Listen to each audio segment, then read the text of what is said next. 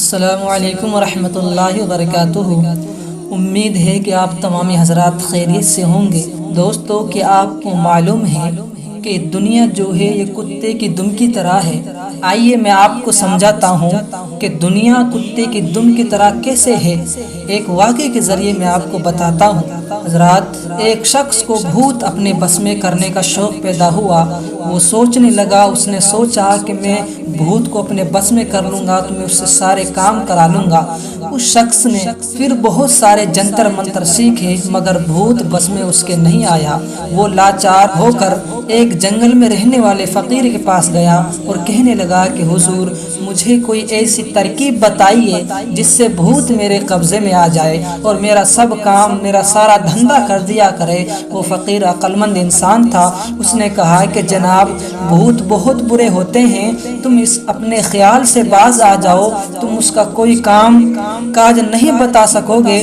جب تم اس کو کام نہیں بتا سکو گے تو آخر میں تمہیں ہلاک کر دے گا، تمہیں جان سے مار دے گا۔ اس نے کہا کہ حضور، میرے پاس تو کام بہت ہے جن سے وہ کبھی فرصت نہ پائے گا۔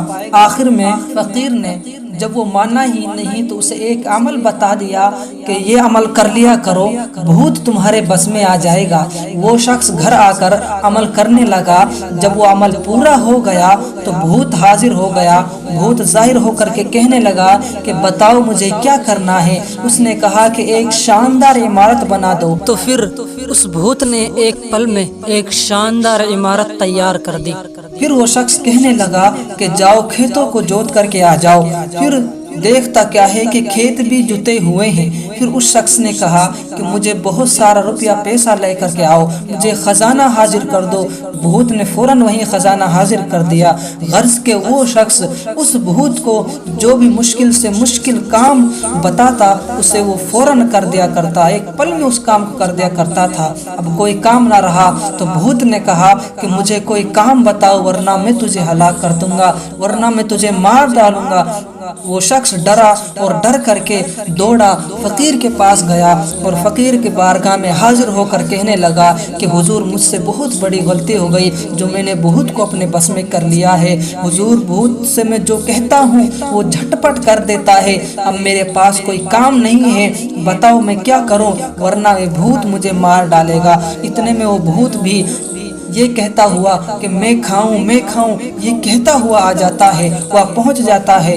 جب فقیر کے پاس وہ آدمی گیا، اس نے اپنی آپا بیتی یہ سنائی تو اس فقیر کے پاس ایک کتا بیٹھا ہوا تھا۔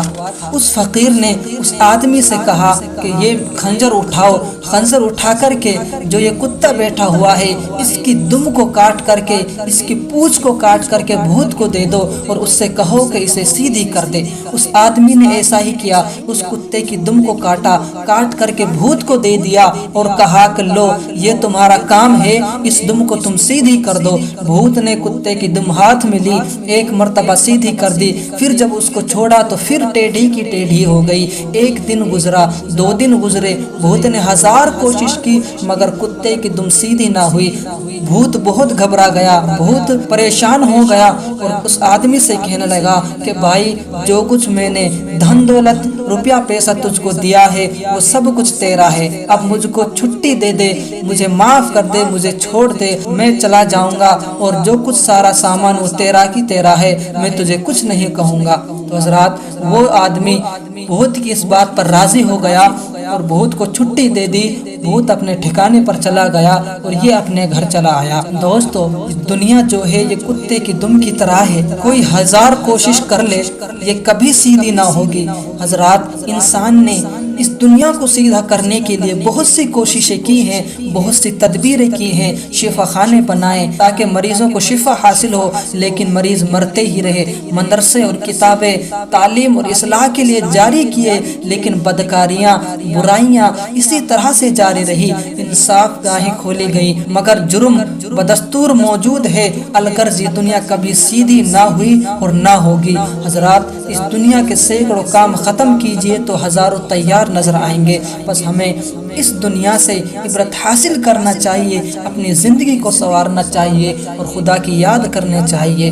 دوستو، خدا کی یاد کتنی بڑی چیز ہے۔ چلو میں آپ کو ایک اور واقعہ بتا دیتا ہوں۔ حضرت سلیمان علیہ السلام، یہ سلیمان علیہ السلام وہ اللہ کے نبی ہیں کہ جن کو اللہ تبارک و تعالیٰ نے پوری دنیا کی حکومت عطا فرمائی تھی۔ دنیا کی ہر شے پر ان کی حکومت تھی، ہوا پر، بادلوں پر، چرندوں درندوں، جنات، انسان، یہاں تک دنیا کی جتنی بھی مخلوق ہے، ساری مخلوق پر اللہ تبارک و تعالیٰ نے حضرت سلیمان علیہ السلام کو بادشاہت عطا فرمائی تھی۔ تو حضرت سلیمان علیہ السلام ایک مرتبہ اپنی پوری شان اور شوکت کے ساتھ تشریف لے جا رہے تھے۔